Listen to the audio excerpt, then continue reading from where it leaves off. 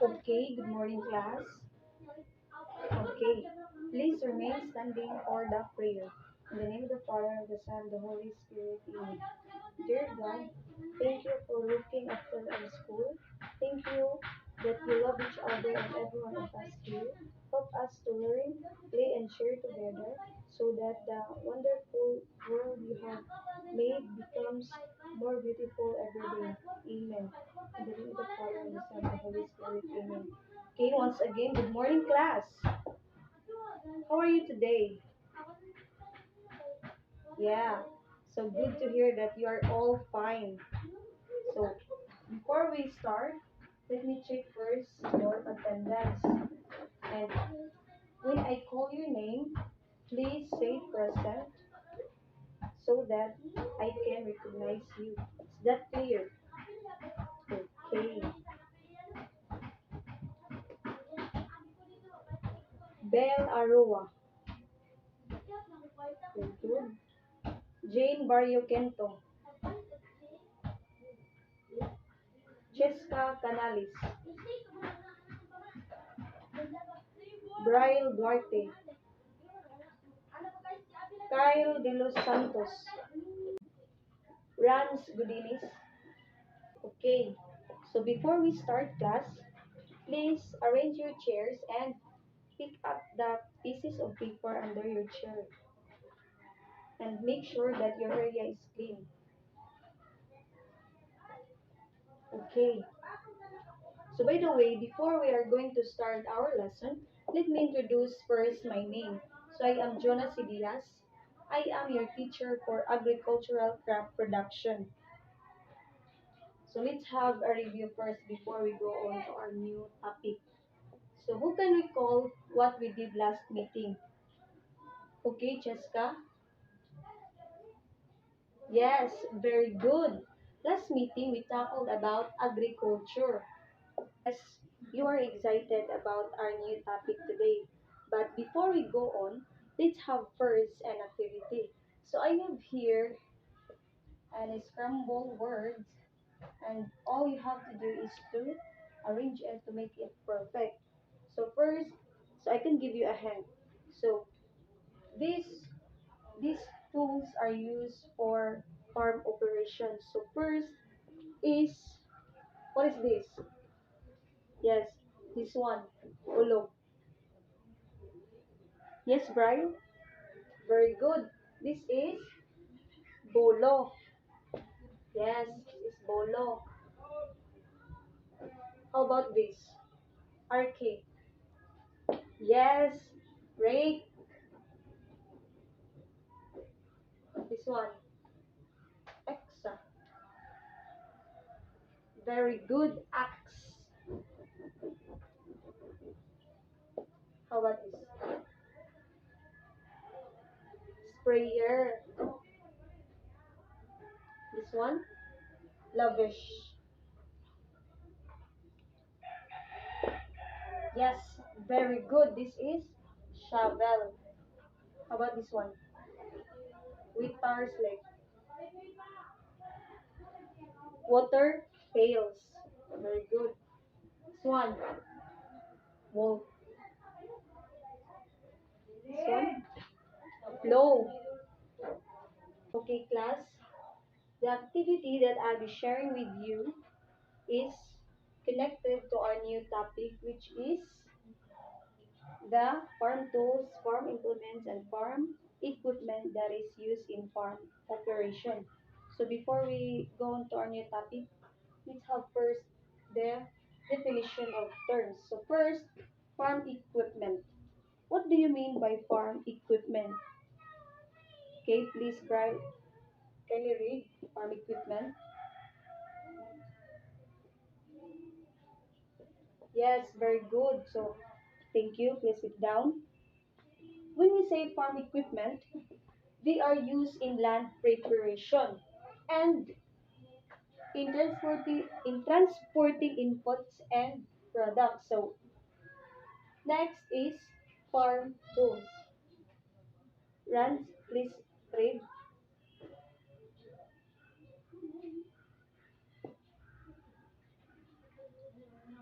Okay, so thank you.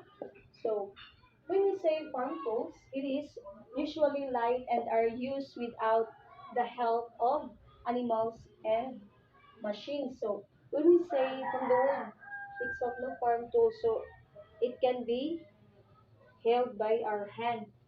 So next, farm implements. Cheska,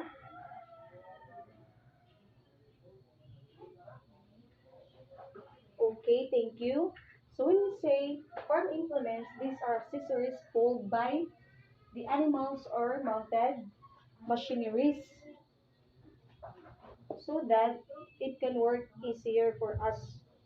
Then preventive maintenance. So an activity or operation done to prevent a malfunction of tools. So hand tools.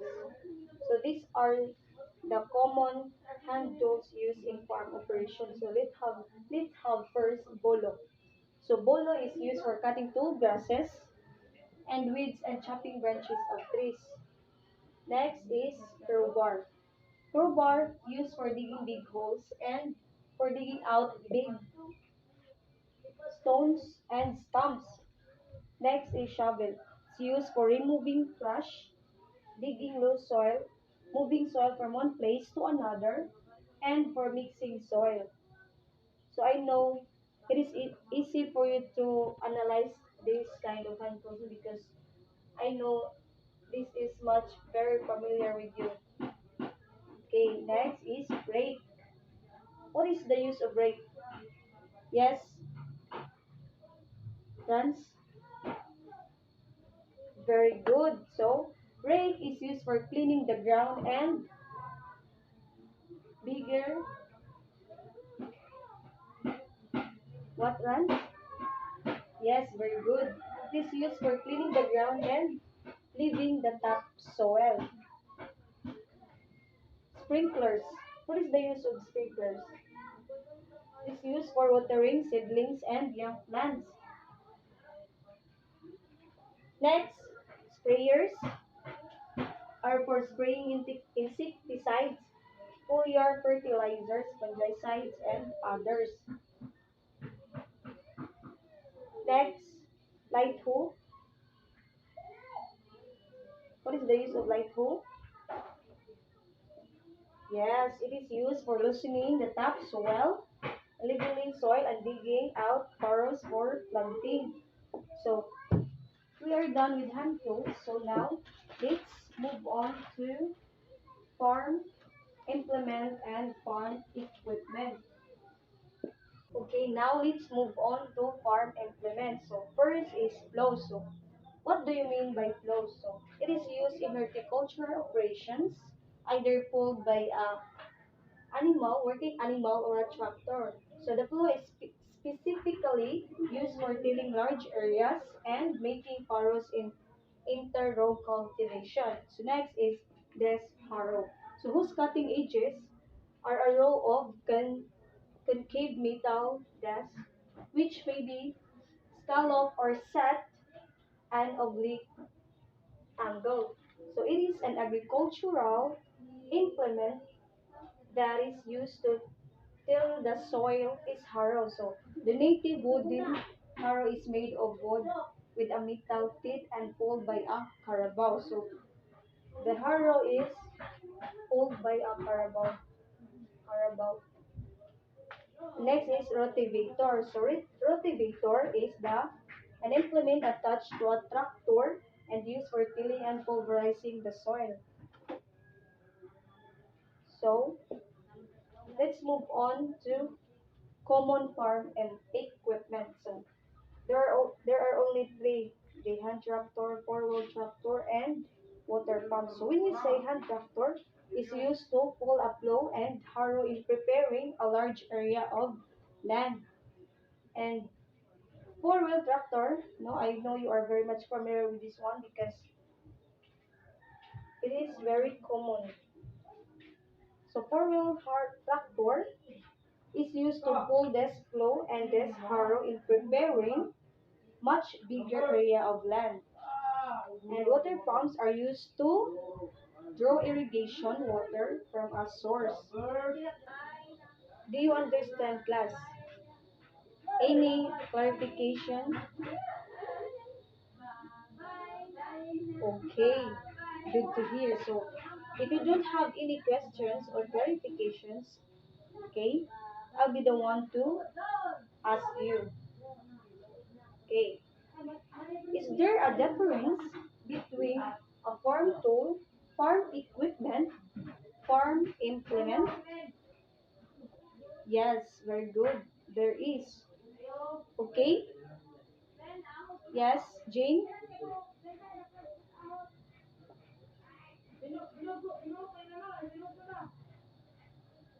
Wow, very good. So let's give her a round of applause, please. Okay, very good. They differ from their uses, which in hand tools, these are usually light and what? Yes, are used without the help of animals or machines. And when we say farm implements, these are machineries used in horticultural. And farm equipment is a highly skilled operator or machinery. Next question. What farm implement do we need to use specifically used for tilling large areas, furrow and inter-row cultivation? Okay, Cheska? Very good. It is close. Next, what farm tool is used for cutting tall grasses and weeds and chopping branches of trees? Yes, Brian? Okay, very good. It is bolo. So, how about this? If we were going to digging out root crops, what tool do we need to use? Okay, yes, Jane? Very good. Speeding fork. Okay, so next, it is a handheld agricultural tool with a variously curved blade. Yes, Brian? Sickle? Okay, very good. So, I guess everyone got it, the correct answer. So, well, anyway, our topic is very easy, right? Yes, because I know you are very much familiar with these farm tools, farm implements, and farm equipment in farm operations. Maybe there are some tools here can only or well be found on your home. So properly maintain your farming tools and equipment. So farming tools and equipment are critical to the success of a farmers. These tools help make farming easier and more more efficient. So many farming products are created for a single task, while some are used for a number of purposes across the farm. In order to keep these tools in good shape so they can provide a proper function, it is important that you give them proper care and maintenance. So the design and shape of each tool determines its effectiveness, which means that you should do your best to keep your tools in their original shape by taking the proper steps to maintain each tool. So there are many ways or steps to keep our tools what? Yes, very good. To keep this in a better shape. Okay, so this time I will be going to divide you into two groups and this is all you have to do. You are going to demonstrate the uses of farm tools that can be found only in your house. So criteria, accurate task given, 10 points. Time management, 10 points. Then cooperation and teamwork, another 10 points. Neatness, 10 points, a total of 40 points. So, this activity, I will just give you 30 minutes to answer. Is that okay, class? Okay. So, your time starts now.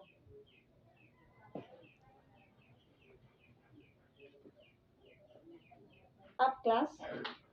Kindly paste your works now. Okay. Let's begin with group 1. Thank you. Group 1 and 2, please. Thank you. Great job, guys. So, I think all groups got the correct answer because it seems like you guys have very common or have similar tools that you have gathered, right? Yes. If you truly grasp our discussion, let's have a short quiz. Okay? Kindly get 100 twice, then answer the following questions. Okay, number 1. It is a tool used for cutting tall grasses and weeds and chopping branches of trees. Again, a tool used for cutting tall grasses and weeds and chopping branches of trees. I just have to repeat the question twice. Second, it is used for cleaning the ground and leveling the topsoil. Again, it is used for cleaning the ground and leveling up the topsoil. Third, used for loosening the soil, digging out root crops.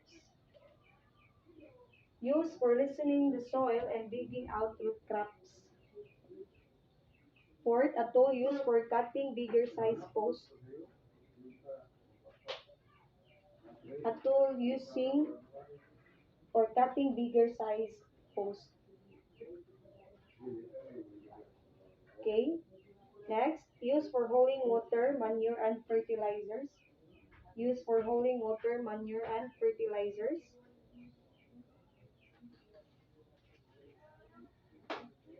Next, it is a farm equipment used to draw irrigation water from a source. Again, it is a farm equipment used to draw irrigation water from a source. Next, it is a farm implement made or wood with a metal teeth and pulled by a carabao. It is a farm implement made of wood with a metal tip and pulled by a carabao. Next, used to pull a plow and harrow in preparing a large area of land. Used to pull a plow and harrow in preparing a large area of land. Okay? Are you following, class? Okay, very good. So, let's move on to last question. It is used to pull desk plow and desk harrow in preparing much bigger area of land. It is used to pull desk plow and desk harrow in preparing much bigger area of land. Okay, time is up, class. Okay, exchange your words counterclockwise at the count of three. 1, 2, 3. Okay, let's check your word. Okay, number 1, what's the answer? A tool used for cutting tall grasses and weeds and chopping branches of trees. Yes, bolo. Number 2, it is used for cleaning the ground and leveling up the topsoil. Rake. Okay, number 3, speeding 4. Number 4, a tool used for cutting bigger size posts. Yes, very good. Axe. Used for holding water. Very good. Water. Pails. It is farm equipment. Number 6, used to do irrigation. Water pumps. Very good. It's used to pull this plow and this harrow in preparing much bigger areas. 4, well, tractor. Very good.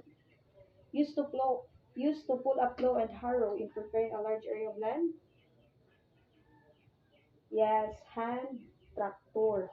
9, it is a farm implement made or wood with a metal teeth and can be pulled by a carabao. Harrow, very good. Last number, it is a farm implement used in horticulture operation, either pulled by a working animal or a tractor. Yes, very good. Close. Okay.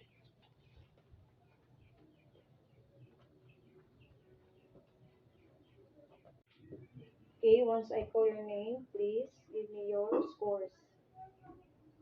Bella Rua. Okay, very good. Jane Baruquento. 9. Very good. Cheska. 10. Very good. How about Brian? 10. Okay, very good. Kyle De Los Santos. 8. Kim Rans Gudinis. Okay, 9. Okay, very good. So,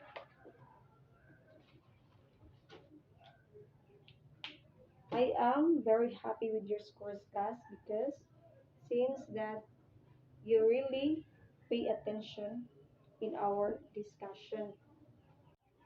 Okay, class, for your assignment, read about inventory or farm tools, implements, and equipment on page 50, module 3, and answer the following questions. What is inventory? Make a sample of inventory form. Yes, page 50 only. That's module 3. Yes. Okay.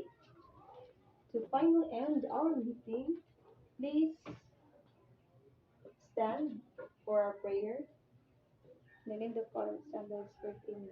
Glory be to the Father, and to the Son, and to the Holy Spirit, as was in the beginning, is now, and ever shall be, world without it. Amen. In the name of the Father, and the Son, and the Holy Spirit, amen. Okay, goodbye, and thank you, class. God bless. Okay, see you on our next meeting. Okay.